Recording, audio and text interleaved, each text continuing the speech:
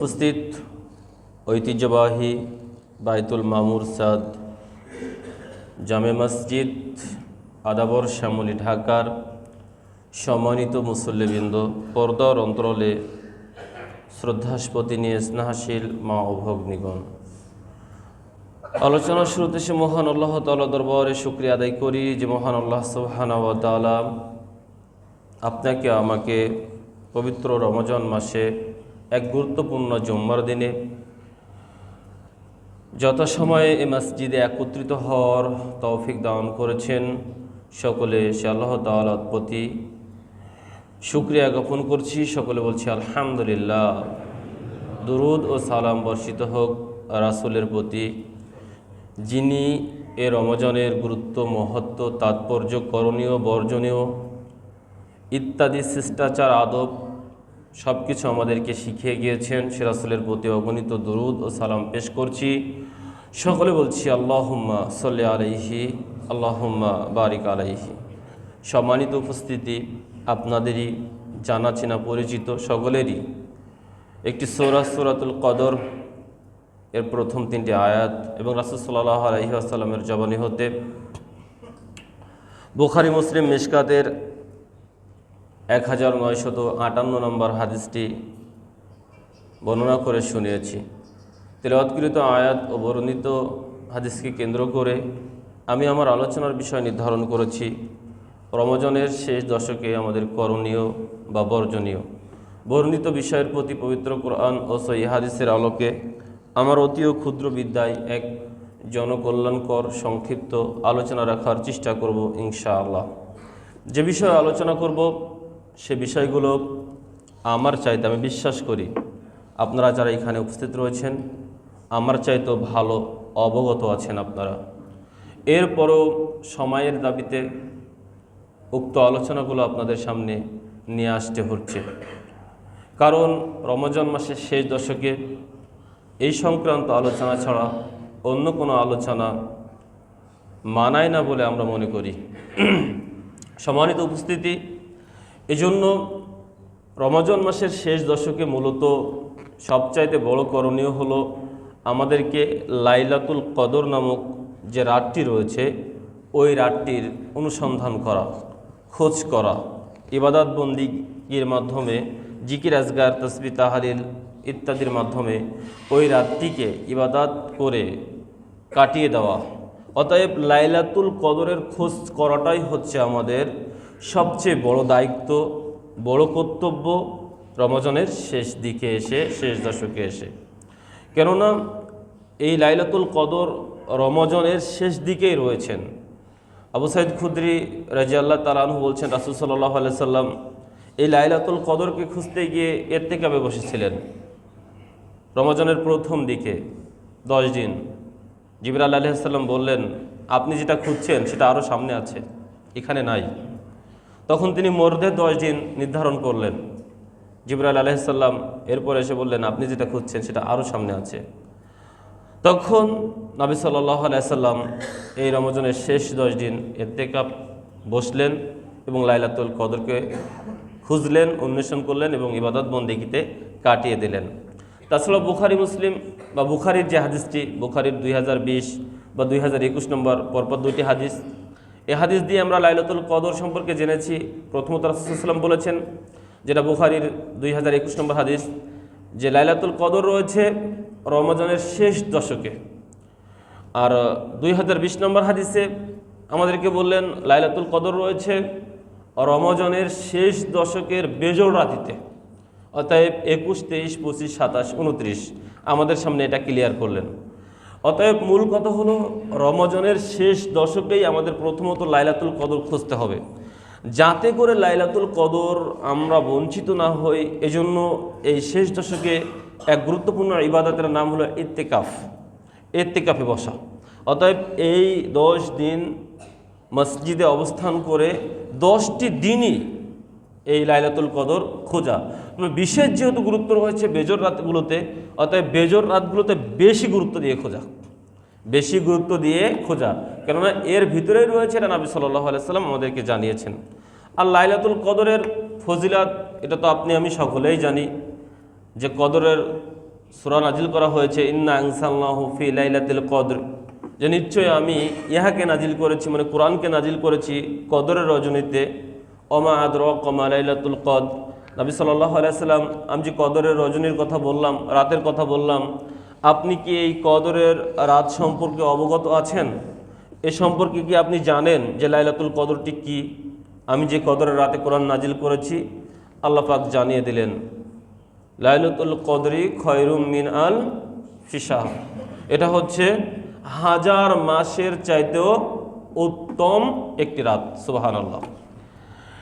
এই হাদিসের এই আয়াতের তাফসির করতে গিয়ে তাফসির ইবনে কাসির একটা ঘটনা নিয়ে আসছেন যে রাসূল সাল্লাল্লাহু আলাইহি ওয়াসাল্লাম একদা সাহাবীদের সামনে বনী ইসরাইলের এক আবেদের কথা বলছিলেন, যে আবেদ নাকি 1000 মাস ধরে তিনি জিহাদ করতেন দিনের বেলাতে, আর রাতের বেলাতে ইবাদত বন্দিগি দিয়ে কাটিয়ে দিতেন। এভাবে 1000 মাস তিনি অতিবাহিত করেছেন। তো এটা সাহাবীদের কাছে এক আশ্চর্য মনে হলো, আল্লাহু আকবার, যে একজন মানুষ 1000টি মাস তিনি ইবাদতে কাটালেন, আবার আল্লাহর রাস্তায় জিহাদ সংগ্রাম করলেন, তাহলে এত বড় ফজিলাত এটা তো আমরা পাবো না, কারণ আমাদের আয়ুও তো অতটা নাই। আমরা 1000 মাস মানে 83 বছর 4 মাস সম্ভবত এখানে আমরা যারা উপস্থিত আছি, আমার তো মনে হয় না এখানে কেউ 83 বছর 4 মাস বয়সের মানুষ আমরা উপস্থিত রয়েছি। জানি না আছেন কিনা আপনারা কেউ, তবে আমার মনে হয় না যে আমরা কেউ আছি এখানে 83 বছর 4 মাস। অতএব আমাদের এই হায়াত তো এতটা নাই, অতএব এই ইবাদত তো আমরা করতেও পারবো না এতটা, আবার হায়াতও আমাদের অমনটা নাই, কেমন যেন একটা অপূর্ণতা থেকে গেল। তখন আল্লাহ তাআলা উম্মত মুহাম্মাদের জন্য সুসংবাদ দিলেন এই আয়াত দিয়ে, যে হতাশ হওয়ার, নিরাশ হওয়ার কিছু নেই।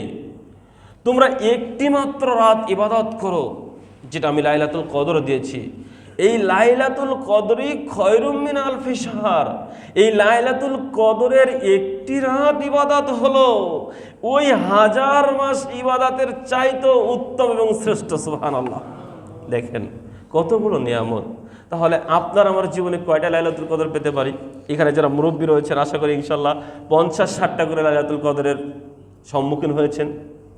তাহলে এই 50-60টা করে লাইলাতুল কদর যদি আপনার আমার জীবনে থেকে যায়, তাহলে কত নেকি, কত সওয়াব, কত আমল আপনার আমার আমল নামায় যুক্ত হবে। এটা কি ভেবে দেখেছেন কখনো? কখনোই ভেবে দেখিনি। এত নেকি, একটা রাতে ইবাদত করব, একটা রাত আল্লাহর তাসবিহ তাহলিল করব, 1000 মাস। অতএব জন্ম থেকে তো একজন মানুষ ইবাদত বন্দেগী করতে পারে না। আপনি 83 বছর বাঁচলেন, আমি মেনে নিলাম আপনি 83 বছর 4 মাস বেঁচে আছেন বা বাঁচবেন, প্রথম থেকেই কি আপনি ইবাদত বন্দেগী করতে পারবেন? আবার যখন বার্ধক্য উপনীত হবেন তখনও কি আপনি ইবাদত বন্দেগী ওভাবে করতে পারবেন? পারবেন না। কিন্তু আপনার জীবনে একটা লাইলাতুল কদর আপনার জীবনের চাইতো বেশি আমল আপনার আমলনামায়, জীবনের আমলনামায় যুক্ত করে দিচ্ছে। অথচ আমরা এই রাতটাকে অবহেলা করে চলি। দুনিয়া পাওয়ার জন্য আমরা কত প্রতিযোগিতা করে দেখেন। আমি আমাদের সাথে ভাবি এই কথাটা, আল্লাহ একটা রাতের কথা বললেন যে একটা রাতে 1000 মাসের চেয়ে উত্তম। আর এটা তো হাদিসের কথা না। আপনি হাদিস বললে হয়তো বলবেন যে এটা জাল, এটা জয়ীব, এটা ইত্যাদি, হাসান, এটা মাউজু ইত্যাদি ইত্যাদি বলে আপনি এড়িয়ে যেতে পারেন, তাই না? এটা তো আল্লাহর কথা, স্বয়ং কোরআনের কথা। এখানে আর কি আপনি কোনো দিয়ে এড়িয়ে যাবেন যে না এটা জাল বা এটা ইত্যাদি ইত্যাদি? আস্তাগফিরুল্লাহ। এটা স্বয়ং আল্লাহ বলেছেন যেটা 1000 মাসের চেয়ে উত্তম। তা আমরা দেখেন দুনিয়াবী জীবনে একটা রাত হয়তো কত টাকা পাবো। এখান থেকে এই শ্যামলী থেকে অথবা গাবতলী থেকে একটা বাস ড্রাইভার রাতে চলে যাচ্ছে রংপুর পঞ্চগড়, অথবা আমার সাতক্ষীরা চলে যাচ্ছে একটা বাস ড্রাইভার, অথবা চলে যাচ্ছে চিটাগাং, কক্সবাজার চলে যাচ্ছে, সিলেট চলে যাচ্ছে।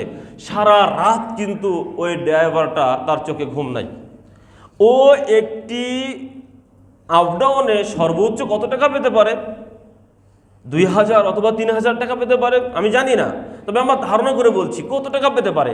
তো এই সামান্য 2000 অথবা 3000 টাকার জন্য দেখেন একটা রাতে সারা রাত চোখের পাতা সে বন্ধ করছে না, এই সামান্য কিছু পাওয়ার জন্য।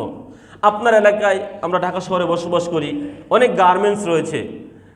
একজন গার্মেন্টস কর্মী, সে সারা রাত তার মেশিন, সেলাই মেশিন অথবা অন্য অন্য মেশিনগুলো তিনি চালাচ্ছেন, সারা রাত জেগে রয়েছেন। অথচ ওই গার্মেন্টস কর্মীর দিন শেষে, মাস শেষে বেতন কত হতে পারে? 15,000, 20,000 অথবা 30,000 ধরে নেন। অর্থাৎ এক রাতের বেতন কত হতে পারে? 1,000 টাকা। এই 1,000 টাকা পাওয়ার জন্য অথবা 2,000 টাকা পাওয়ার জন্য একজন মানুষ সারা রাত ড্রাইভিং করছে, একজন মানুষ সারা রাত মিল কারখানায় জেগে মেশিন চালাচ্ছে, ইত্যাদি করছে, ডিউটি দিচ্ছে। এই দুনিয়াবী জীবনের সামান্য অল্প কিছু হাদিয়া তোহফা পাওয়ার জন্য। অথচ আল্লাহ তাআলা আপনার আমার জীবনে 1000 মাসের সওয়াব দিয়ে দিচ্ছেন একটি রজনীতে। সেই রজনীতে এতগুলো নেকি, এতগুলো সওয়াব আপনার আমার আমলনামায় লিপিবদ্ধ করার জন্য কতজন আমরা এই কাজে আমাদেরকে আত্মাকে নিয়োগ করেছি? কয়জন এই কাজের জন্য প্রস্তুত করেছি? কয়জন এই কাজে নিয়োজিত রয়েছি? লাইলাতুল কদরে কতজন ব্যক্তি এখানে বলে কথা, আলহামদুলিল্লাহ আপনারা অনেক পরহেজগার মানুষ। এখানে আমি যতটুকু খোঁজখবর নিয়েছি, আলহামদুলিল্লাহ ভালোভাবে লাইলাতুল কদর উদযাপন হয় এবং এখানে ইত্তেকাফের কারী সংখ্যা অনেক বেশি, আলহামদুলিল্লাহ। আমি আপনাদেরকে ছোট করতে চাই না, তারপরেও তুলনামূলক কি যেভাবে আশা করা যায় সেভাবেই কি আমরা হাজির হতে পেরেছি? পারি নাই। আপনারা সর্বোচ্চ বেশিতে রয়েছেন, তারপরও দেখেন আপনার পাশের জন, আপনার ভাই অথবা আপনার পিতা অথবা আপনার সন্তান অথবা আপনার স্ত্রী অথবা আপনার আপনজন, আপনার বোন ইত্যাদি, আপনার প্রতিবেশী ইত্যাদি, দেখেন তারা মানে কি বলে, চিন্তিত মনে নয়, মানে নির্বিঘ্নে তারা রাতে ঘুমিয়ে কাটিয়ে দিচ্ছে। অথচ তারা ভাবছে না যে আজকে একটা লাইলাতুল কদরের দিন, রাত চলে যাচ্ছে। সম্মানিত উপস্থিতি, অতএব আল্লাহ রাব্বুল আলামিন পরলৌকিক জীবনের সফলতা অর্জন করার জন্য, এই দুনিয়াবী জীবন তো কিছুই নয়, এখান থেকে যখন আপনি আমি চলে যাব তখন পরলৌকিক জীবনটাই হলো আপনার আমার জন্য মৌলিক বিষয়, যেখানে এই বাল তুসিরুনাল হায়াতাদ দুনিয়া ওয়াল আখিরাতু খায়রুন ওয়া আবকা। এই দুনিয়াবী জীবন হলো ক্ষণস্থায়ী আর আখিরাত হলো চিরস্থায়ী, উত্তম এবং কল্যাণকর জীবন। তো এই ক্ষণস্থায়ী জীবনের জন্য আপনি এত সংগ্রামী, ক্ষণস্থায়ী জীবনের জন্য আপনি এত কিছু করছেন, যে জীবনের কোনো গ্যারান্টিই নাই। এই এখন আমি আসার পথে একটা খবর দেখলাম, কালকে আমার ওই খুলনা মাওয়া পথে এক নৌবাহিনীর গাড়ি আর একটা বিবাহিত মাইক্রোবাসের সংঘর্ষ হয়েছে, 14 জন জায়গায় মারা গিয়েছে। বিবাহ করে ফিরে যাচ্ছে, 14 জন জায়গায় মারা গিয়েছে। কালকের ঘটনা ঘটেছে, দেখেন তো। কল্পনা করেছিল, তারা বিবাহতে আসছিল, কল্পনা করেছিল যে আমি বিবাহ করতে যাব আর বিবাহ ফেরার সময় আমি বর আর বাড়িতে ফিরবো না, বা বর যাত্রী আমরা যারা রয়েছি তারা আর বাড়িতে ফিরবো না। হাই এক্সের 14 জন যাত্রী মারা চলে গেল, ড্রাইভার সহ। আপনার আমার এই ক্ষণস্থায়ী জীবনের জন্য দেখেন কত সংগ্রাম, অথচ চিরস্থায়ী কল্যাণকর উত্তম জীবনের জন্য আপনার আমার কোনো সংগ্রাম নাই। অতএব আসুন আমরা সেই চিরস্থায়ী জীবনের জন্য, উত্তম জীবনের জন্য, কল্যাণের জীবনের জন্য, আখিরাতের জীবনের জন্য আল্লাহ আপনার আমার জন্য ছাড় দিয়েছেন, সুযোগ দিয়েছেন, এই সুযোগটা আমরা লুফে নেই, এই সুযোগটা আমরা গ্রহণ করি। আল্লাহ আমাদেরকে সেই মন মানসিকতা তৈরি করে দিন, সকলে বলে আল্লাহুম্মা আমিন। সম্মানিত উপস্থিতি, লাইলাতুল কদর উদযাপন করার জন্য সবচেয়ে বড় একটা মাধ্যম হলো ইতিকাফ করা। নবী সাল্লাল্লাহু আলাইহি ওয়াসাল্লাম রমজানের শেষ দশকে ইতিকাফ করতেন। ইতিকাফ সুন্নাহ ইতিকাফ হলো রাসূল সাল্লাল্লাহু আলাইহি ওয়াসাল্লাম রমজানের শেষ দশকে মসজিদে আবদ্ধ রাখতেন। ইতিকাফ মানে কোনো স্থানে নিজেকে আবদ্ধ রাখা, কোনো স্থানে আবদ্ধ রাখা। আর আমরা যে ইতিকাফের কথা বলছি, ইতিকাফ হলো আল্লাহকে সন্তুষ্ট করার উদ্দেশ্যে তাসবিহ, তাহলিল, জিকির আসগারের মাধ্যমে, সালাত আদায়ের মাধ্যমে রমজানের শেষ দশকটি মসজিদে নিজেকে আবদ্ধ রেখে কাটিয়ে দেওয়ার নামটি হচ্ছে ইতিকাফ। তাহলে নবী সাল্লাল্লাহু আলাইহি ওয়াসাল্লাম রমজানের শেষ দশকে ইতিকাফ করতেন, মৃত্যুর আগ পর্যন্ত করেছেন, এবং যে বছর তিনি মৃত্যুবরণ করেছেন সে বছর তিনি 20 দিন ইতিকাফ করেছেন মসজিদে অবস্থান করে। তা রাসূল সাল্লাল্লাহু আলাইহি ওয়াসাল্লাম রমজান মাসে ইতিকাফ করেছেন শেষের 10 দিন। অতএব আমরা যদি শেষের 10 দিনে নিয়ত করি, তাহলে এই নিয়তের আলোকে আপনার আমার উপরে এই ইতিকাফ পালন করা ওয়াজিব হয়ে যাবে। যদি আপনি আমি নিয়ত করি যে আমরা শেষের 10 দিন মসজিদে অবস্থান করে ইতিকাফ করব, তাহলে এই নিয়তের আলোকে এই 10 দিন মসজিদে অবস্থান করা আপনার আমার উপরে কি হয়ে যাবে? ওয়াজিব হয়ে যাবে। আর রাসূল সাল্লাল্লাহু আলাইহি ওয়াসাল্লামের সুন্নাহ অনুসরণ করে শেষের 10 দিন আপনি আমি ইতিকাফ করতে পারি। তবে হ্যাঁ, আমরা 20 রোজা পার করে এসেছি, 21 রোজা, 22, 23 শেষ, আজকে 24-এ চলে যাব। তাহলে আমরা যারা ইতিকাফে বসতে পারিনি, আমাদের জন্য তো আর সুযোগ নাই, তাই না? আছে। আপনি একদিনের নিয়ত করে ইতিকাফে বসতে পারেন, মসজিদে অবস্থান করতে পারেন, যে আমি শুধুমাত্র আল্লাহর সন্তুষ্টির জন্য একটা দিন একটা রাত মসজিদে অবস্থান করব, আল্লাহর জিকির, আজকার, তাসবিহ, তাহলিল করব। এই ইতিকাফ আমি করতে পারি, 2 দিনের জন্য করতে পারেন, আপনার ইচ্ছা। কিন্তু সুন্নাহ ইতিকাফ হলো 20 রমজানের পরে 21-এ তারাবির সূচনার পূর্ব মুহূর্ত থেকে শুরু করে শাওয়ালের চাঁদ উদিত হওয়ার পর পর্যন্ত এই কয়দিন মসজিদে অবস্থান করার নাম হলো ইতিকাফ। আপনাকে আমাকে এই ইতিকাফ করতে হবে। এখন এই ইতিকাফে বসে লাইলাতুল কদর উদযাপন করবেন, কিভাবে করবেন? ইতিকাফে বসে কি করবেন? মোবাইল টিপবেন, সময় কাটাবেন কি করে? কাছে অ্যান্ড্রয়েড সেট আছে না সবার? বসে বসে মোবাইল টিপবেন, ইত্যাদি করবেন। আর তা না হলে কি করবেন? পাশে আর তো 20-25 জন আমরা বসি, একজন আর একজনের সঙ্গে গল্প গুজব করবো, ইত্যাদি ইত্যাদি, খোঁজ গল্প করব, এইভাবে কাটিয়ে দেবো, তাই না? জি নয়। এইভাবে কাটানোর জন্য আপনি মসজিদে আসেননি। আপনি মসজিদে অ্যান্ড্রয়েড সেট নিয়ে আসাটাই আপনার ঠিক হয়নি। আপনি মসজিদে অ্যান্ড্রয়েড সেট নিয়ে আসছেন কেন? আপনি তো আল্লাহর জন্য আবদ্ধ করেছেন, আল্লাহর জিকিরের জন্য, আল্লাহর তাসবিহ তাহলিলের জন্য আপনি নিয়ে এসেছেন। তবে আমি বলবো না যে আপনার অ্যান্ড্রয়েড সেট নিয়ে আসা বা মোবাইল নিয়ে আসা হারাম হয়েছে।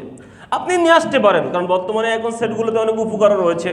আপনি কোরআন তেলাওয়াত দেখে পড়তে পারেন, আপনি হাদিস পড়তে পারেন, ইত্যাদি ইত্যাদি। আমরা যে বক্তব্য দিই, এই বক্তব্যর 80% বক্তব্য আমরা অনলাইন থেকে সংগ্রহ করি। তা আপনি এগুলো করতে পারেন, আপনি আলোচনা শুনতে পারেন, কোরআন তেলাওয়াত শুনতে পারেন, কিন্তু এটা শোনারও একটা আদব রয়েছে। আপনারা মসজিদে 20 জন বা 25 জন বা 40 জন বসেছেন ইতিকাফে, তাই না? আপনি মোবাইলে কি শুনছেন? কোরআন তেলাওয়াত, নিশ্চিত এটা ভালো কাজ। আপনি মোবাইলে কি শুনছেন? ওয়াজ, আলহামদুলিল্লাহ, খুব ভালো কাজ। ওয়াজ শুনছেন, কোরআন তেলাওয়াত শুনছেন, খুব ভালো। কিন্তু আপনি যে সাউন্ডটা দিয়েছেন, লাউড সাউন্ড দিয়েছেন, পাশে আর একজন ব্যক্তি সে কোরআন পড়ছে অথবা সে দোয়া করছে, তা আপনার ওই লাউড সাউন্ডটা যখন তার কানে যাবে, তখন ওর দোয়ায় একগ্রতা নষ্ট হবে, ওর কোরআন তেলাওয়াতের মনোনিবেশ নষ্ট হবে। অতএব আপনি ওই লাউড সাউন্ড দিয়ে কোরআন তেলাওয়াত শুনতে পারেন না, আপনি লাউড সাউন্ড দিয়ে ওয়াজ শুনতে পারেন না। কারণ একজন ভাই সে তার মনটাকে দিয়েছে, এখন সে আল্লাহর কাছে কিছু বলবে, মনটাকে নিয়ে যাচ্ছে আস্তে আস্তে।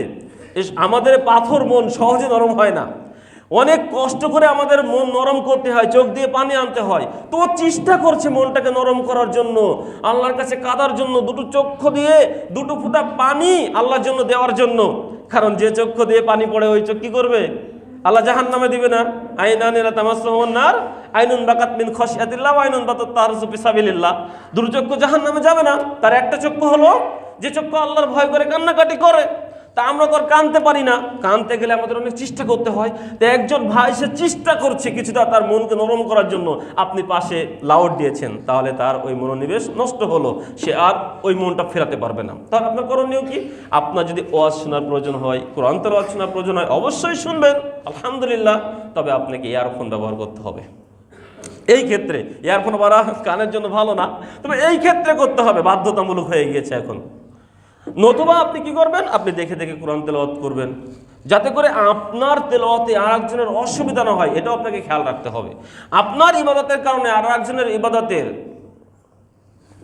মনোনিবেশ নষ্ট না হয়, এদিকে কিন্তু আপনাকে আমাকে খেয়াল রাখতে হবে। সম্মানিত উপস্থিতি, আপনি খোঁজ গল্প করতে পারেন না, দুনিয়াবি গল্প করার জন্য আপনি মসজিদে অবস্থান করেননি, দুনিয়াবি সকল চিন্তা চেতনাকে দুর্বৃত রাখার জন্য আপনি মসজিদে এসেছেন। তা নাহলে তো আপনি বাড়িতে থাকতে পারতেন। ইতিকাফ তো আপনার বাড়িতে হয় না, বাড়িতেও তো আপনি তাসবিহ তাহলিল করতে পারতেন না? বাড়িতে আপনি কোরআন তেলাওয়াত করতে পারতেন না? বাড়িতে আপনি দোয়া তাহলিল করতে পারতেন না? বাড়িতে আপনি সালাত আদায় করতে পারতেন না? রাতের নফল সালাত আদায় করার জন্য আপনাকে মসজিদে আসতে হবে এমনটি সত্য নয় তো? তা আপনি তো বাড়িতে সালাত আদায় করতে পারতেন, কিন্তু আপনার মনোনিবেশ নষ্ট হবে, আপনি দুনিয়াবি কিছু কাজ কর্মে কথায় জড়িয়ে যাবেন। এই জন্য ইতিকাফ এসেছেন, কারণ ইতিকাফ মানে দুনিয়ার সকল চিন্তা চেতনা আপনার মাথায় নেই, দুনিয়াবি সকল খোঁজ গল্প ইত্যাদি সব কিছুকে আপনি বিসর্জন দিয়ে এসেছেন, একমাত্র আল্লাহকে রাজি খুশি করার জন্য আপনি মসজিদে অবস্থান করেছেন। এর নাম হলো ইতিকাফ। অতএব এই নিয়ত নিয়ে এভাবে যখন আপনি আমি মসজিদে এসে অবস্থান করতে পারবো, তখনই প্রকৃতপক্ষে আপনি আমি ইত্তেকাফের হক আদায় করতে পারবো। আল্লাহ রাব্বুল আলামিন প্রকৃতপক্ষে ইত্তেকাফ যেভাবে রাসূল সাল্লাল্লাহু আলাইহি ওয়াসাল্লাম করেছেন, সেভাবেই আল্লাহকে সন্তুষ্ট করার উদ্দেশ্যে নিতান্তই প্রয়োজন ছাড়া মসজিদের বাইরে হওয়া যায় না। মসজিদ ছাড়া ইত্তেকাফ হয় না। এর কারণ হলো এখানে পরিবার দুনিয়ার কোনো চিন্তা ভাবনা আসবে না। নিতান্তই কোনো প্রয়োজন ছাড়া আপনি মসজিদ থেকে বাইরে হবেন না, এটাই হলো বাস্তবতা। নিতান্তই প্রয়োজন মানে কি? মসজিদে অবস্থান করেছেন, এখানে গোসলের জায়গা নেই, গোসল করার জন্য মসজিদের বাইরে হতে হবে, এটা যেতে পারেন। মসজিদে অবস্থান করেছেন, এখানে প্রস্রাব পায়খানার জায়গা নাই, প্রস্রাব পায়খানা করার জন্য মসজিদের বাইরে হতে হবে, এটা যেতে পারেন। নিতান্তই যেটা আপনার প্রয়োজন হয়ে গিয়েছে, এই কারণ ব্যতীত আপনি মসজিদ থেকে বের হতে পারেন না। এই কারণেই তো আপনি এর থেকে বসছেন। তা নাহলে আপনার আমার মাঝে পার্থক্য কি হলো? আমি তো আর এর থেকে বসি নাই। আপনি আমার মতো খোঁজ গল্প করবেন, বাইরে বের হবেন, সব কিছু করবেন, তাহলে আপনার আর আমার মাঝে, আপনি ইত্তেকাফকারী আর আমি ইত্তেকাফকারী নই, তা আপনার আমার মাঝে পার্থক্য কি হলো? অতএব আপনার আমার মাঝে অনেক পার্থক্য রয়েছে। আপনার মুর্তাজা, আপনার অনেক মর্যাদা, আপনি আল্লাহর ঘরের মেহমান হয়েছেন, এটা আপনাকে মনে রাখতে হবে। অতএব ইত্তেকাফের বৈশিষ্ট্য, আদব আখলাক খেয়াল রেখে আমরা যেন ইত্তেকাফ পালন করতে পারি, আল্লাহ তৌফিক দান করুক। সকলে বলে আল্লাহুম্মা আমিন। সাথে সাথে আমরা অনেকেই আমাদের বাচ্চা ইত্যাদি আসে, তাদেরকে আমরা নিয়ন্ত্রণে রাখবো যত সম্ভব। তারা যেন তাদের আদব, শিষ্টাচার, বড়দের সম্মান, বড়দেরকে ইজ্জত দেওয়া, মাল্লামের হামসাগিরানা ওয়াক্কির কাবিরানা ফালাইসা মিনহু। যে ব্যক্তি বড়দেরকে সম্মান করে না, ছোটদের স্নেহ করে না, সে আমার উম্মত না। এটা আমাদেরকে মাথায় রাখতে হবে। আমরা মসজিদে আসলে যারা আমরা মুরব্বী, তারা মনে করি আমরা অনেক কিছু হয়ে গিয়েছি, ছোটদেরকে একেবারে ধমক দিয়ে বের করে দিয়ে দিই, তাদেরকে একেবারে কিছু দেই না। আপনাকে ছোটদেরকে স্নেহ করতে হবে, আদর করতে হবে, সোহাগ করতে হবে, এটা শিখতে হবে আপনাকে। আর আমরা যারা ছোট রয়েছে, আমাদের বড় যারা রয়েছেন, এখনকার সময় আর মুরব্বীদের সম্মান আছে কিনা আমার জানা নাই। মুরব্বীদের সম্মান এখনকার সময়ে আছে কিনা আমার জানা নাই। এখান থেকে 20 বছর পূর্বে একজন মুরব্বী কথা বললে তার সামনে একজন যুবক কথা বলা পাপের মনে করত। আর এখন যদি একজন মুরব্বী কথা বলে, তো যুবক তার মুখের সামনে 10টা বলে দিয়ে তাকে একেবারে ডাবিয়ে দিয়ে দেয়। মুরব্বীদের সম্মান এখন নাই। অথচ ইসলাম বলছে বড়দেরকে সম্মান করতে হবে, তুমি আদর্শ শিখতে হবে। বড়দেরকে সম্মান যে ব্যক্তি করে না, ও রাসূল সাল্লাল্লাহু আলাইহি ওয়াসাল্লামের উম্মত হিসেবে দাবি করতে পারে না। নবী সাল্লাল্লাহু আলাইহি ওয়াসাল্লাম বলেছেন স্পষ্টভাবে, যে ব্যক্তি বড়দের সম্মান করে না এবং ছোটদের স্নেহ করে না, সে আমার উম্মত নয়। অতএব আপনি যে মুহাম্মদ সাল্লাল্লাহু আলাইহি ওয়াসাল্লামের উম্মত বলছেন, সে মুহাম্মদ সাল্লাল্লাহু আলাইহি ওয়াসাল্লামের উম্মত হতে হলে বড়দের সঙ্গে কথা বলার পূর্বে আপনাকে শিষ্টাচার শিখতে হবে, তাকে সম্মান দিতে হবে, তাকে আদব দিতে হবে, তাকে ইজ্জত দিতে হবে। এদিকটা যেন আমাদের মাথায় থাকে। সম্মানিত উপস্থিতি, আমরা লাইলাতুল কদর কিভাবে উদযাপন করব? ইত্তেকাফে বসে আমরা কিভাবে সময় পার করব? যারা ইত্তেকাফে বসেছি এবং যারা লাইলাতুল কদরের ইবাদতের জন্য আসি, কি করতে পারি? লাইলাতুল কদরের সর্বপ্রথম কাজ হলো সালাত আদায় করা। নবী সাল্লাল্লাহু আলাইহি ওয়াসাল্লাম বলেছেন, মান কামা লাইলাতুল কদরি ঈমানাও ওয়া ইহতিসাবান গুফিরা লাহু মা তাকাদ্দামা মিন যামবি, যেটা বুখারী মুসলিম মিশকাতের 1958 নম্বর হাদিস। নবী সাল্লাল্লাহু আলাইহি ওয়াসাল্লাম বলছেন, যে ব্যক্তি লাইলাতুল কদরে রাত জাগ্রত হয়ে ইবাদত বন্দিগি দিয়ে কাটিয়ে দেয়, সালাত আদায়ে কাটিয়ে দেয়, গুফিরা লাহু মা তাকাদ্দামা মিন যামবি, আল্লাহ তার পূর্বকার জামবি সকল অপরাধ ক্ষমা করে দেয়। সুবহানাল্লাহ। এখন এখানে ইখতিলাফ রয়েছে, কেউ কেউ বলেছেন কাবিরা গুনাহ ক্ষমা হবে না, কেউ কেউ বলেছেন সগীরা গুনাহ ক্ষমা হবে, ইত্যাদি ইত্যাদি। এখন নবী সাল্লাল্লাহু আলাইহি ওয়াসাল্লাম এই বাক্যে কোনো কথা বলেননি কাবিরা কি সগীরা। যদিও বড় যে গুনাহগার তার জন্য তওবা সত্য আবশ্যিক, কিন্তু আমরা আল্লাহর কাছে আশা রাখি, যেহেতু এখানে শর্ত নেই, রাসূল বলেছেন গুফিরা লাহু মা তাকাদ্দামা মিন যামবি, আল্লাহ তার পূর্বকার সকল গুনাহ খাতা মাফ করে দেন। আমরা আশা রাখি আমাদের জীবনের ছোট বড় সকল গুনাহ খাতা আল্লাহ রাব্বুল আলামিন এই লাইলাতুল কদরের ইবাদতের মাধ্যমে আমাদেরকে পাপ মুক্ত করে দিন। আল্লাহ তুমি আমাদের দোয়া কবুল করো, আল্লাহুম্মা আমিন। সম্মানিত উপস্থিতি, অতএব বলতে চাচ্ছিলাম, লাইলাতুল কদরের সর্বপ্রথম কাজ হলো আপনি আমি লাইলাতুল কদরে কি করব? ইবাদত করব, মানে সালাত আদায়ের মাধ্যমে কাটিয়ে দেব। তা সালাত আদায় করে তো এত বড় রাত কাটিয়ে দিতে পারবো না, সালাত আদায় করে তো এত বড় সময় পার করা যাবে না। তাহলে আর কি করার রয়েছে? আর করার রয়েছে করার রয়েছে হলো এই ইবাদত বলতে আমার মস্তিষ্কে যেটা রয়েছে সেটা হলো ইস্তেগফার করা। ইবাদত বলতে আমি যেটা বুঝি সবচেয়ে বেশি সেটা হলো ইস্তেগফার করা। আমি পূর্বে কোনো এক আলোচনায় এটা বলেছিলাম যে সলাৎ বলতে আমি যেটা বুঝি সেটা হলো ইস্তেগফার। আপনি সলাতের শুরু থেকে শেষ পর্যন্ত সর্ব জায়গাতেই শুধু আল্লাহকে বলছেন আল্লাহ ক্ষমা করো, আল্লাহ ক্ষমা করো, ক্ষমা করো। যে দোয়াগুলো বলেন দেখেন সব দোয়ার ভিতরে ক্ষমা চাওয়া রয়েছে, সব দোয়ার ভিতরেই ক্ষমা চাওয়া রয়েছে। ছানা থেকে শুরু করে রুকু সেজদার দোয়া, দুই শেষ বৈঠকের দোয়া, দুই সেজদার মধ্যে দোয়া, যেখানেই বলেন না কেন, এমনকি সালাম ফিরেও বলছেন আস্তাগফিরুল্লাহ, আস্তাগফিরুল্লাহ, আস্তাগফিরুল্লাহ। অতএব সর্ব জায়গাতেই ক্ষমা। প্রস্রাব পায়খানায় গিয়েছেন, কিছু কথা বলতে পারছেন না, প্রস্রাব পায়খানা থেকে বের হয়ে বলছেন গুফরানাকা, আল্লাহ ক্ষমা করো। অতএব জীবনের সর্ব জায়গাতেই ক্ষমা, ক্ষমাটাই হলো ইবাদত। ক্ষমা ইস্তেগফার করাটাই হচ্ছে ইবাদত। একজন মানুষ আপনাকে দোয়া চেয়েছে, আপনি তাকে বলছেন আস্তাগফিরুল্লাহ দীনাকা ওয়া আমানাতাকা ওয়া আখিরা আমালিকা ওয়া যাওয়াদাকাল্লাহু তাকা ওয়া গফারা যামবাকা ওয়া ইয়াসরালাকাল খায়র হাইসুমা কুনতা। দেখেন তার জন্য আপনি ক্ষমা চাচ্ছেন। কেউ আপনাকে খেতে দিয়েছে, আপনি বলছেন আল্লাহুম্মা বারিক লাহুম ফিমা রাযাকতাহুম ওয়াগফির লাহুম ওয়ারহামহুম, এই দেখেন তার জন্য আপনি ক্ষমা চাচ্ছেন। অতএব দোয়া বলতে, ইবাদত বলতে যেটা বুঝি সেটা হলো ক্ষমা চাওয়া।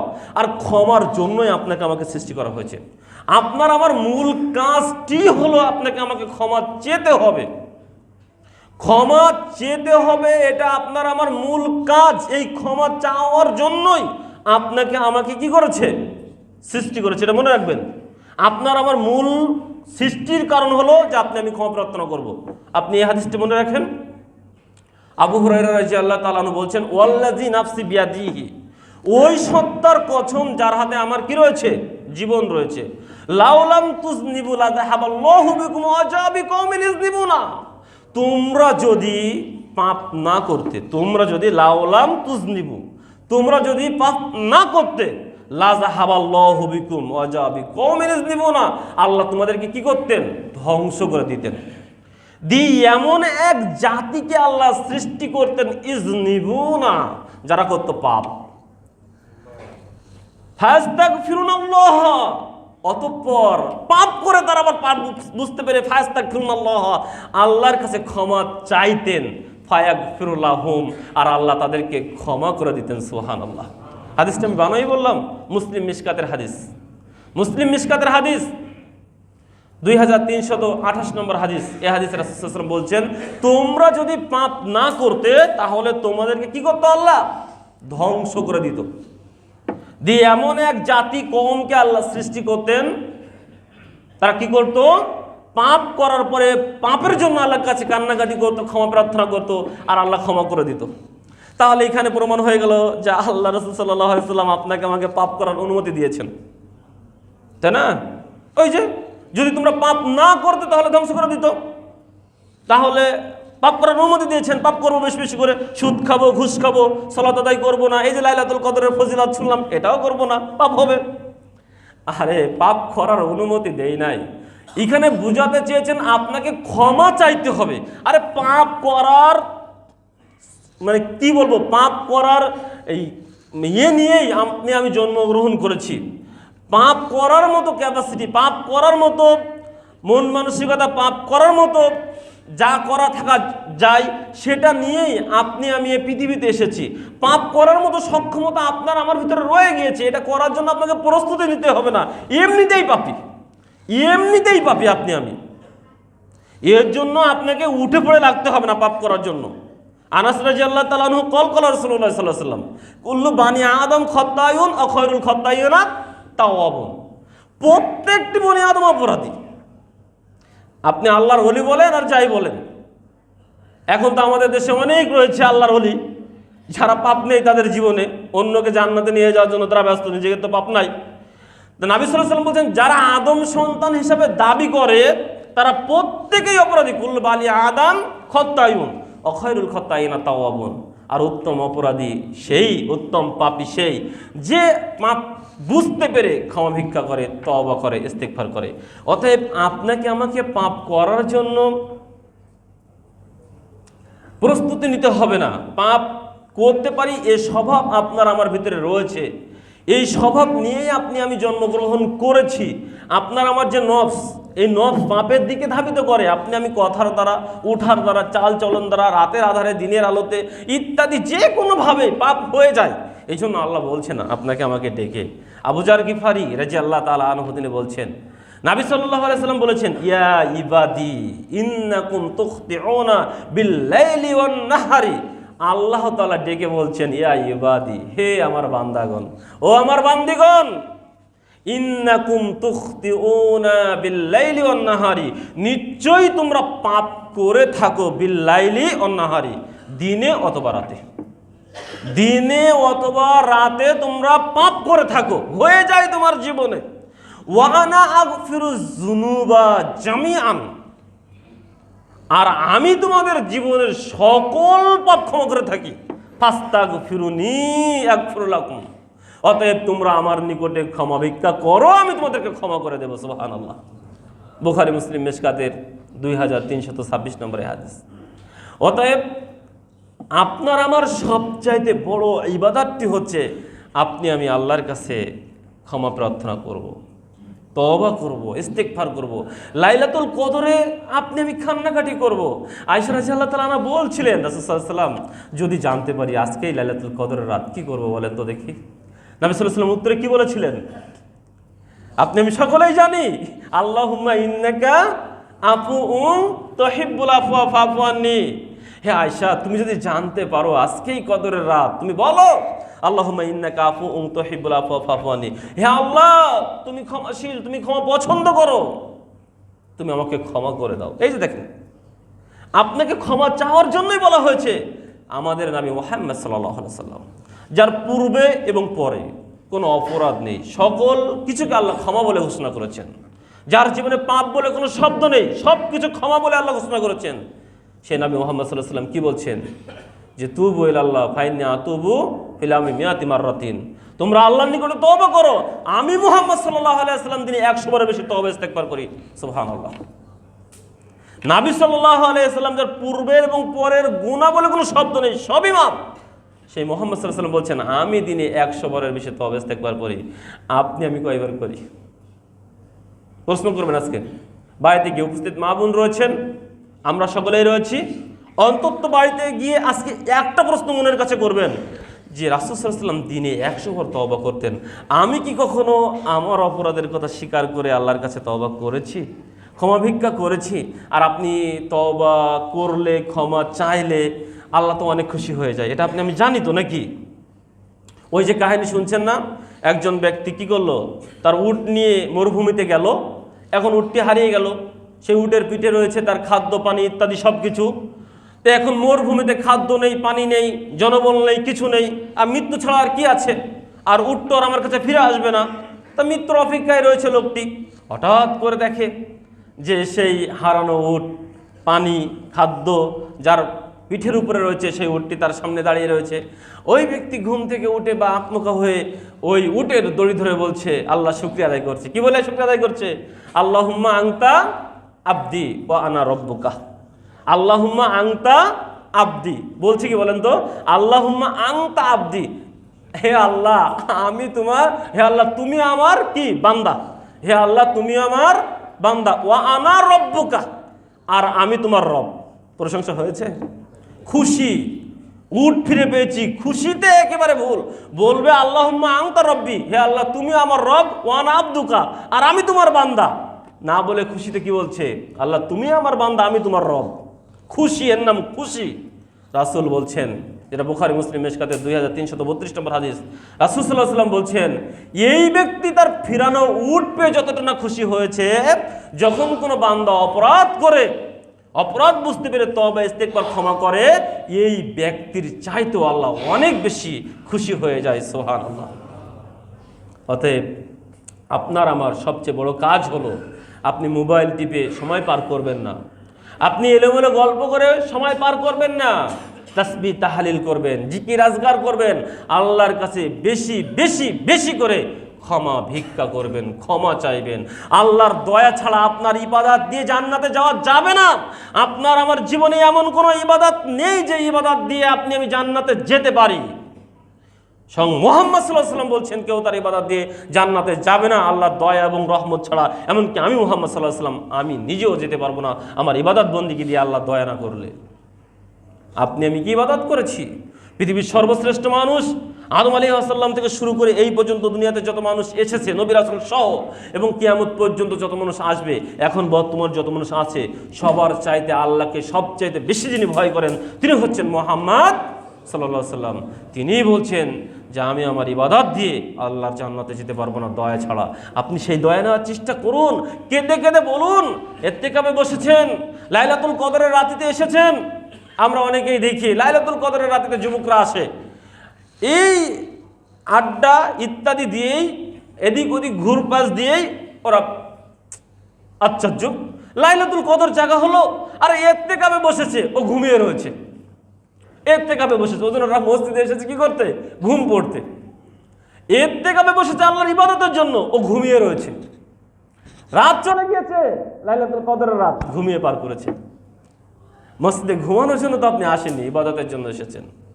আপনি ইবাদত করবেন, ইস্তেগফার করবেন, কান্নাকাটি করবেন, আল্লাহ আমি বড় অপরাধী, তুমি বড় দয়াশীল, তোমার অনেক দয়া, তুমি আমার প্রতি দয়া করো, আমার প্রতি রহম করো, আমি আমার নিজের নফসের উপরে জুলুম করেছি, তুমি যদি ক্ষমা না করো আমি জালেমদের অন্তর্ভুক্ত হয়ে যাব। আল্লাহুম্মা ইন্নী যালামতু নাফসি যুলমান কাসীরা ওয়া লা ইয়াগফিরুয যুনুবা ইল্লা আনতা ফাগফির মাগফিরাতাম মিন ইনদিকা ওয়ারহামনি ইন্নাকা আনতাল গফুরুর রহিম। রব্বানা যালামনা আনফুসানা ওয়া ইল্লাম তাগফির লানা ওয়া তারহামনা লানাকুনান্না মিনাল খাসিরিন।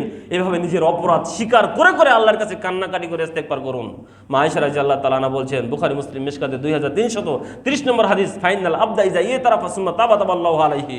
যখন কোন বান্দা তার অপরাধ স্বীকার করে তওবা ইস্তেগফার করে, আল্লাহ তার তওবাকে কবুল করেন এবং তাকে ক্ষমা বলে ঘোষণা করেন। সুবহানাল্লাহ। যাই হোক, সম্মানিত উপস্থিতি, অতএব সালাত আদায়ের পাশাপাশি আমাদের দ্বিতীয় কাজটি কি? বেশি বেশি বেশি বেশি হাঁটতে, চলতে, উঠতে, বসতে, খাইতে, সর্ব জায়গাতেই বেশি বেশি করে ইস্তেগফার, জিকির, আল্লাহর তাসবিহ, আল্লাহর প্রশংসা, নিজের জন্য ক্ষমা প্রার্থনা করা, জাহান্নাম থেকে বাঁচার জন্য বলা, প্রার্থনা করা, সর্ব মুহূর্তেই বলতে হবে। মা বোনদেরও বলছি, বেশি বেশি করে ইস্তেগফার করবেন। মা বোনেরা বেশি বেশি করে করবেন। রান্না করছেন ইস্তেগফার করবেন, তরকারি রান্না করছেন ইস্তেগফার করবেন, ইফতারি নিয়ে বসে ইস্তেগফার করবেন। সর্ব মুহূর্তেই যেন মুখে ইস্তেগফার লেগে থাকে, জিকির লেগে থাকে, এটা যেন আপনার আমার বৈশিষ্ট্য হয়ে যায়, অন্তত এই রমজানের শেষ দশকে, আর বাকি জীবনটা যেন এভাবে পার করতে পারে। আল্লাহ তৌফিক দান করুক সকল বলে আল্লাহুম্মা আমিন। এরপরে আসি, কোরআন তেলাওয়াত করতে হবে। কারণ এই লাইলাতুল কদরে কোরআন নাজিল হয়েছে, আপনি কোরআন তেলাওয়াত করবেন না তা কি আর হয়? এই লাইলাতুল কদরে কোরআন নাজিল হয়েছে। আমি তো এটাই বলি, লাইলাতুল কদর কেন সম্মানিত, কেন তার এত মর্যাদা, কেন সে 1000 মাসের চাইতে উত্তম হলো, কেন সে 83 বছর 4 মাসের চাইতে উত্তম হলো? আসলে কত উত্তম? যেহেতু আল্লাহ সীমারেখা দেননি, তা আল্লাহর উত্তম আর আপনার আমার উত্তম কি এক হবে? আমি কি কথা বুঝতে পারছি? আল্লাহ বলছেন 1000 মাসের চাইতে উত্তম। কত উত্তম এটা বলতে পারবো না। নিচের হাতটা রয়েছে, উপর হচ্ছে কোথায় এটা বলতে পারবো না। 1000 মাসটা নিচের হাত, উপরের হাত কোথায় এটা বলতে পারবো না। আল্লাহ বলছেন 1000 মাসের চাইতে উত্তম, এটা জেনে রেখে দাও। কত উত্তম এটা জানি না। তো এত উত্তম হলো কেন? এই রাতে কোরআন নাজিল হয়েছিল। তাই কোরআনের সংস্পর্শ যে পেয়েছে সে ধন্য হয়েছে। শুধু আমরা বুঝি না, রাসূল সাল্লাল্লাহু আলাইহি ওয়াসাল্লাম বলেছেন, আল্লাহ তাআলা কোনো জাতিকে সম্মানিত করেন, অপমানিত করেন এই কোরআনের কারণেই। যে কোরআন থেকে দূরে রয়েছে ও লাঞ্ছিত, অপমানিত দুনিয়াতে, পরকালে। যে কোরআনের সাথে সম্পর্ক রয়েছে, কোরআনকে মহব্বত করে, কোরআনকে ভালোবাসে, ও সম্মানিত দুনিয়াতে ও সম্মানিত পরকালে, সর্ব জায়গাতে। এটা আমি বুঝি না। আমি ওই যারা কোরআন তেলাওয়াত করে, হাফেজ বা আলেম ওলামা, তাদেরকে তুচ্ছ তাচ্ছিল্য করি, তাদের সম্মান বুঝি না, কিন্তু অন্য অ্যাঙ্গেলে দেখেন তো কোরআনের সাথে সম্পর্ক থাকলে সম্মান বোঝা যায় কিনা। 12টি মাসের ভিতরে কোন মাস শ্রেষ্ঠ? রমজান মাস। কেন? শাহরু রমজান আল্লাযী উনজিলা ফীহিল কোরআন। এই মাসে কোরআন নাজিল হয়েছে। বছরে 355 দিন আরবি মাস হিসাবে। এই 355 দিনের ভিতরে কোন রাত, কোনটি সবচেয়ে ফজিলতপূর্ণ, বরকতপূর্ণ? লাইলাতুল কদরের রাত। কেন? এদিনে কোরআন নাজিল হয়েছে, এ রাতেই কোরআন নাজিল হয়েছে। আল্লাহ অসংখ্য ফেরেশতা সৃষ্টি করেছেন, সকল ফেরেশতার চাইতে সম্মানিত ফেরেশতা কে? জিবরাইল আলাইহিস সালাম। কেন? জিবরাইল আলাইহিস সালাম কোরআন নিয়ে এসেছিলেন। পৃথিবীতে অনেক পাহাড় পর্বত রয়েছে, অনেক কি এভারেস্ট ইত্যাদি আরো কত কি পাহাড় রয়েছে আমি জানি না। তো এই এত পাহাড়ের ভিতরে সবচেয়ে সম্মানিত পাহাড় কোনটি? হেরা পর্বত। কেন? হেরা পর্বতের উপরে কোরআন নাজিল হয়েছিল। হেরা পর্বতের গুহায় যখন নবী সাল্লাল্লাহু আলাইহি ওয়াসাল্লাম ধ্যান করতেন তখন কোরআন নাজিল হয়েছিল। রাসূল সাল্লাল্লাহু আলাইহি ওয়াসাল্লাম সব পৃথিবীতে অসংখ্য নবী রাসূল পয়গম্বর এসেছেন। সবার চাইতে শ্রেষ্ঠ মর্যাদাপূর্ণ নবী রাসূল কে, পয়গম্বর কে? আমাদের নবী মুহাম্মদ সাল্লাল্লাহু আলাইহি ওয়াসাল্লাম। কেন? মুহাম্মদ সাল্লাল্লাহু আলাইহি ওয়াসাল্লামের উপরে কোরআন নাজিল হয়েছে। অসংখ্য নবীর অসংখ্য উম্মত রয়েছে, শত শত হাজার বছর তারা হায়াত পেয়েছেন, ইবাদত বন্দেগী তারা করেছেন। সকল উম্মতের চাইতে শ্রেষ্ঠ উম্মত কে? মুহাম্মদ সাল্লাল্লাহু আলাইহি ওয়াসাল্লামের উম্মত, উম্মতে মুহাম্মাদি। কেননা এই উম্মতে মুহাম্মাদির উপরে কোরআন দেওয়া হয়েছিল। এটা বুঝছেন? এগুলো বুঝছেন? এগুলো বুঝছেন তাই না? এই যে কোরআনটা এই কাঠের উপরে রয়েছে, আপনার বাড়িতে 50,000 বা 1 লক্ষ টাকার আলমারি রয়েছে, আসবাবপত্র রয়েছে, ওর গায়ে সদা সর্বদা লাথি লাগছে। আপনার সন্তান লাথি দিচ্ছে, আপনিও লাথি দিচ্ছেন। কখনো মনে কষ্ট পেয়েছেন যে আমার এত দামি আসবাবপত্র পা লেগে গেল, লাথি লেগে গেল, আমার সন্তান লাথি দিয়েছে?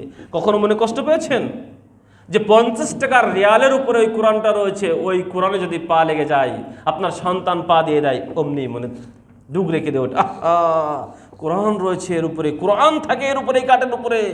50 টাকা মূল্যের কাঠ সম্মানে আপনি চুমু খেয়েছেন, যদি ওটা ঠিক নয় তবে খেয়েছেন, তাই না? আপনার বাড়ির পরিত্যক্ত ভাঙাটি জড়িয়ে রেখেছেন ওই কোরআনের গায়ে, যেটাকে ন্যাকড়া বলি। এই একটা কাপড় আপনি কোরআনের গায়ে জড়িয়ে রেখেছেন, ওই কাপড়টি যদি কারোর পায়ে লাগে অমনি ওই কাপড়টা নিয়ে চুমু খাচ্ছেন, ইত্যাদি করছেন, কত সম্মান ইজ্জত দিচ্ছেন। কেননা আপনার ঘরে 1000 টাকা গজের কাপড় রয়েছে, আপনি 1000 টাকা গজের কাপড় পরেন, আপনি মার্কেট করেছেন 10,000 টাকা দিয়ে একটা জিনিস কিনেছেন, তা আপনার পায়ের নিচে দিয়ে কত কিছু করছেন, মায়া লাগে না? কিন্তু ওই কাপড় যখন পায়ে লেগে যায় তখন মায়া লাগে, খারাপ লাগে, কারণ তার সাথে কোরআনের সম্পর্ক রয়েছে। দেখেন অন্য জায়গায় অন্য অ্যাঙ্গেলে ঠিকই বুঝছেন, কোরআনের সাথে সম্পর্ক থাকলে মর্যাদা বৃদ্ধি পায়, সম্মান বৃদ্ধি পায়। আপনার বেলায় বুঝছেন না, আপনার বেলায় শুধু বুঝেন না, আপনার বেলায় যে আপনার সাথে কোরআনের সম্পর্ক থাকলে আপনার মর্যাদা বৃদ্ধি পাবে, আপনার সম্মান বৃদ্ধি পাবে, আপনার ইজ্জত বৃদ্ধি পাবে, এ দুনিয়াতে বৃদ্ধি পাবে, পরকালে বৃদ্ধি পাবে। আল্লাহ তাআলা বলবেন কোরআনের এক এক আয়াত তেলাওয়াত করার, উঠতে থাকো উপরের দিকে, তুমি যত আয়াত তেলাওয়াত করবে তোমার অবস্থান হবে সেই আয়াত সমতুল্য স্থানে, তোমার চড়া হবে সেই স্থানে। এটা আল্লাহ বলবেন, সুবহানাল্লাহ। এ মর্যাদা ভুলে গিয়েছেন? অতএব সম্মানিত উপস্থিতি, রমজান মাসে বেশি বেশি বেশি বেশি কোরআন তেলাওয়াত করবেন। কোরআন তেলাওয়াত অন্তত আপনি কিছু না পারলে লাইলাতুল কদরের সূরা ইখলাসটা 3 বার পড়িয়েন। কিচ্ছু পারেন না আপনি, আরে আপনি পারেনই না কিছু, কোরআন তেলাওয়াত তো দূরের কথা, কিছুই পারেন না, আপনি অন্তত সূরা ইখলাস 3 বার পড়বেন। কেন পড়বেন বলেন তো? সূরা ইখলাস হলো কোরআনের 1/3 অংশ, মানে 3 ভাগের 1 ভাগ। কেউ যদি সূরা ইখলাস 3 বার পড়ে, পূর্ণাঙ্গ 1টি বার কোরআন পড়লে যত নেকি যত সওয়াব পাওয়া যায়, 3 বার সূরা ইখলাস পাঠ করলে, তেলাওয়াত করলে তার আমলনামায় সেই নেকি সেই সওয়াব লিপিবদ্ধ হয়। সুবহানাল্লাহ। আপনি যদি নিজেও না পারেন, আপনার ছেলেকে বলবেন, বাপ সূরা ইখলাসটা বলো তো একবার, তোমার সাথে আমি পড়ি, এইভাবে বলবেন, তবুও পড়বেন। স্বামী পারলে স্ত্রীকে বলবেন, স্ত্রী পারলে স্বামীকে বলবেন যে তুমি বলো আমি পড়ি, তবুও পড়বেন। অন্তত লাইলাতুল কদরে 3 বার সূরা ইখলাস পড়বেন, এটা যেন ভুল না হয়। অন্তত আপনার আমলনামায় লাইলাতুল কদরে 1 কোরআন খতম দেওয়া যাকে বলে, বা শেষ করা, একবার পূর্ণাঙ্গ কোরআন শেষ করা, খতম দেওয়ার যে নেকি, এই নেকি যেন আপনার আমলনামায় থেকে যায় এবং সেটা যেন 1000 মাসের চেয়ে উত্তম হয়ে যায়, এটা যেন আপনার আমার মাথায় থাকে। অতএব সালাত আদায় করব, ইস্তেগফার করব, কোরআন তেলাওয়াত করব, এবার কি করব? দান সাদকা করব। দান থেকে কেউ মাহরুম হবেন না, দান থেকে কেউ পিছপা হবেন না। দানই হলো সবচেয়ে বড় জিনিস। সব কিছু করা যায়, কিন্তু দান দিতে খুবই কষ্ট।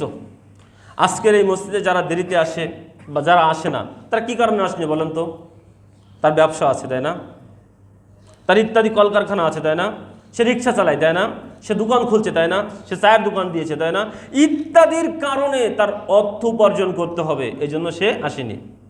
সে অর্থ উপার্জন করার জন্য রাত্র জাগে, কিন্তু মসজিদে আসে না।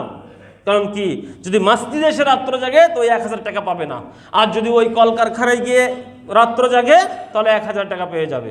এই জন্য সে চলে যায়। শুধু অর্থের কারণে সে ইবাদত থেকে বঞ্চিত রয়েছে, অর্থের কারণে সে আল্লাহর জিকির আজগার থেকে বঞ্চিত রয়েছে, অর্থের কারণে সে সুদ, ঘুষ, রাহাজানি, অন্যায়, ফাঁকি দেওয়া, জবরদস্তি করা ইত্যাদি কোনো কিছু মনে করে না।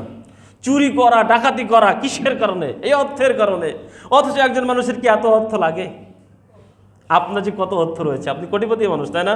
আপনার জীবনে কি এত অর্থ লাগবে? তারপরও দেখেন আপনি সুদ খাচ্ছেন, তারপর আপনি ঘুষ খাচ্ছেন, তারপর আপনি অন্যের 1 কাঠা জমি ফাঁকি দিয়ে নিয়েছেন, আপনার কাছে একটু অন্যের কিছু রয়েছে সেটা চোরাই করে দিয়েছেন। অথচ আপনি কোটিপতি মানুষ, আপনার জীবন বসে খাইলে তো লাগবে না। তবু এই অর্থ এত খারাপ জিনিস, এটা নিয়ে কথা বলতে গেলে অনেক সময় লাগবে। অতএব এই অর্থের মায়া ত্যাগ করে আপনাকে দান সদকা করতে হবে। দান বড় কঠিন জিনিস, দান সকলকেই করতে হবে, কোটিপতি থেকে শুরু করে সকলকেই, ফকিরকেও দান করতে হবে। আরে ভিক্ষা করে দান করতে হবে। দান আপনাকে করতে হবে, আপনার দান করার ক্ষমতা নেই, আপনি মানুষ করবেন আমার 1 টাকা সাহায্য দাও, আমি বড় অভাবী, আমার 1 টাকা সাহায্য দাও, ওই 1 টাকা সাহায্য দেবে, ওটা নিয়ে দান করতে হবে, ভিক্ষা করে দান করতে হবে। আপনি বললেন হুজুর দান করতে হবে ভিক্ষা করে, এত বড় কথা? জি, নবী সাল্লাল্লাহু আলাইহি ওয়াসাল্লাম বলেছেন, শুনছেন না আপনি? আমি কি শুনছেন? যে ইত্তাকুন নারা ওয়ালাউ বিশিক্কি তামরাতিন, সঙ্গী সাথী জাহান্নামের আগুন থেকে বাঁচো, খেজুরের গায়ে যে ছাল পরিমাণ রয়েছে ওই ছাল পরিমাণ দান করে হলো জাহান্নামের আগুন থেকে বাঁচো। এটা তো বুখারীর হাদিস, বুখারীর 1417 নম্বর হাদিস। খেজুরের গায়ের ছাল পরিমাণ, তো ভিক্ষুকের খেজুরের সম্পদ নাই? যিনি ভিক্ষা করেন খেজুরের গায়ের ছাল যেটা, এই সম পরিমাণ দান করে হলে, মানে এত অল্প দান করে হলো আপনাকে জাহান্নাম থেকে বাঁচতে হবে। অতএব ভিক্ষা করে হলো দান করতে হবে, এটা মনে রেখে। আর একটা জিনিস মনে রাখবেন, আল্লাহর রাগকে মেটানোর একটা কৌশল। আমাদের দুনিয়াবী জীবনে মানুষ যখন অনেক কিছু রাগ করে, তাদেরও রাগ ভাঙানোর কৌশল আছে না? আমি আল্লাহ ক্ষমা করুক, আল্লাহর সামনে কোনো তুলনা মানাই না, তারপর আমরা মাঝে সাঝে দিয়ে বসি, আল্লাহ তুমি আমাদেরকে ক্ষমা করো, আস্তাগফিরুল্লাহ। আল্লাহর রাগ ভাঙানোর সবচেয়ে বড় মাধ্যম হলো দান করা। নবী সাল্লাল্লাহু আলাইহি ওয়াসাল্লাম বলছেন, সাদাকাতু সিররি গযাবার রব্বি, গোপনে দান আল্লাহর রাগ মিটিয়ে দেয়। সুবহানাল্লাহ। অতএব আপনি কোনো একটা কাজ করেছেন, কোনো একটা কর্ম করেছেন, যার কারণে আপনার উপরে খুব রাগ, আল্লাহর খুব রেগে আছে আপনার উপরে, তা আপনি এখন দানের রস শুনে আপনি বলছেন, আল্লাহ তুমি এই অপরাধে আমার উপরে খুব রেগে আছো, আল্লাহ আমি এই বায়তুল মামুর চাষমসে এই 1000 টাকা দান করলাম, আল্লাহ তুমি আমাকে ক্ষমা করো আল্লাহ। এই যেই দান করলেন আল্লাহর রাগ মিটে গেল, যেই দান করলেন আল্লাহর রাগ মিটে গেল। এটাই হলো, এটাই। আপনি আপনার আত্মীয় স্বজন মারা গিয়েছে, আপনি ভেবে পান না যে কি করবেন ভেবে পান না। হুজুর ডেকে আনেন, ইয়াতিমখানার লোক ডেকে আনেন, ইত্যাদি করেন, কত কি খানাপিনা করেন, অথচ দান করেন না। অথচ নবী সাল্লাল্লাহু আলাইহি ওয়াসাল্লাম বলেছেন, ইন্না সাদাকাতু সিররি লা তুতফিউ আন আহলিহা হাররাল কবর, নিশ্চয়ই গোপনে দান কবরের উত্তাপ, কবরের আগুনকে নিভিয়ে দেয়, মিটিয়ে দেয়। সুবহানাল্লাহ। অতএব পূর্বেও বলেছি হয়তো, যে আপনার একজন কেউ মারা গিয়েছে, ভাই ভাবি, চাচা চাচি, পিতা মাতা, সন্তান আদি আত্মীয় স্বজন, বন্ধু বান্ধব, খালা খালু, নানা নানি, শ্বশুর শাশুড়ি, যেই মারা যায় যাক, ও এখন আমেরিকাতে মারা গিয়েছে, ওকে এখন আপনি দেখেন উনি, কবরটাও আমেরিকাতে, আপনি এখন বলছেন, আল্লাহ আমার অমুক মারা গিয়েছে, আমি তার নামে এই মসজিদে আমি 500 টাকা দান করে দিলাম। এই এখনই দান করলেন, এখনই ওই কবরের আযাব ওই আমেরিকাতে নিভে গিয়েছে। এটা নবী সাল্লাল্লাহু আলাইহি ওয়াসাল্লাম বলেছেন, যে গোপনে দান কবরের আযাব মিটিয়ে দেয়। দান একটা কঠিন জিনিস। ওই যে বুখারী মুসলিম মিশকাতের 1950 নম্বর হাদিসটা আপনি জানি তো, একজন ব্যক্তি এসে বলছেন, আমার মা হঠাৎ করে মারা গিয়েছে, তা কথা বলতে পারলে দান করতো, তা আমি যদি তার হয়ে দান করি, তা দান কি পাবে আমার মা? নবী বললেন, জি। কলা নাম, তুমি যদি তোমার মায়ের হয়ে দান করো তাহলে তোমার মা দান পেয়ে যাবে। সম্মানিত উপস্থিতি, অতএব বেশি বেশি কি করতে হবে? দান করতে হবে। আপনার আমার জীবনের গুনাহ খাতা মিটিয়ে নেওয়ার জন্য দান করতে হবে, অসুস্থ ব্যক্তির জন্য দান করতে হবে। অসুস্থ ব্যক্তির চিকিৎসা হলো এই দান। দাউ মারযাকুম বিসসাদাকাতি, তোমরা অসুস্থ ব্যক্তির চিকিৎসা করো সাদাকার মাধ্যমে, দানের মাধ্যমে। সুবহানাল্লাহ। আপনার পরিবারে একজন অসুস্থ রয়েছে, আপনি বেশি বেশি দান করেন, এটাই হলো তার চিকিৎসা। অ্যান্টিবায়োটিক ট্যাবলেট তার চিকিৎসা নয়।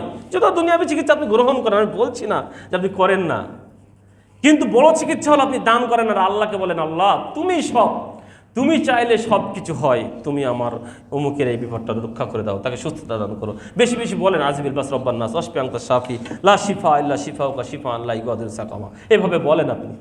তো যাই হোক, সম্মানিত উপস্থিতি, বলতে চাচ্ছিলাম লাইলাতুল কদর উদযাপন করব, সুন্দর করে উদযাপন করব, আদব আখলাক উদযাপন করব।